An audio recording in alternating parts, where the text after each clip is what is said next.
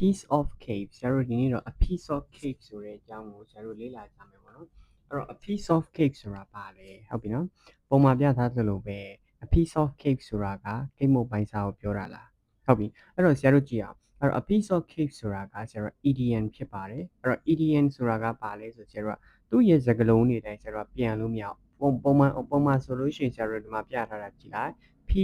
piece ဆိုတာကပိုင်းစာ of cake ဆိုတာကဆရာတို့ဗာလဲဆိုကိတ်မုတ်အဲ့တော့ကိတ်မုတ်ပိုင်းစာအဲ့တော့ तू က idiom ပေါ့နော် idiom ရဆရာတို့ဘာသာပြန်မယ်ဆိုရင်တော့ do be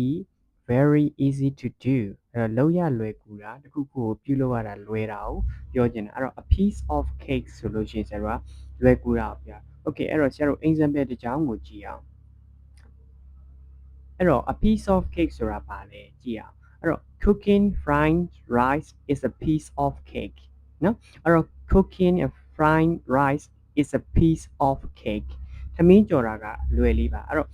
ကိုကဘယ်လိုခါဒီမှာသုံးနိုင်လဲဆိုတခုခုကလွယ်ကူတယ်လို့ပြောချင်တဲ့အခါမှာဆရာတို့ကဒီဟာလေးကိုဆရာတို့ကထည့်သုံးလို့ရတယ်သူကတော့ informal ဖြစ်တယ်ပေါ့နော်ဆရာတို့ပေါ့ပါပါသုံးလို့ရပါတယ်ဒီ phrase လေးကိုဆရာတို့ကဒါကတော့ idiom phrase လေးဖြစ်ပါတယ် a piece of cake okay လွယ်ကူတာကိုပြောတာပါ okay ဒီ example ကိုဆရာတို့ပြန်ဖတ်ကြည့်မယ်ဆိုရင် cooking fried rice is a piece of cake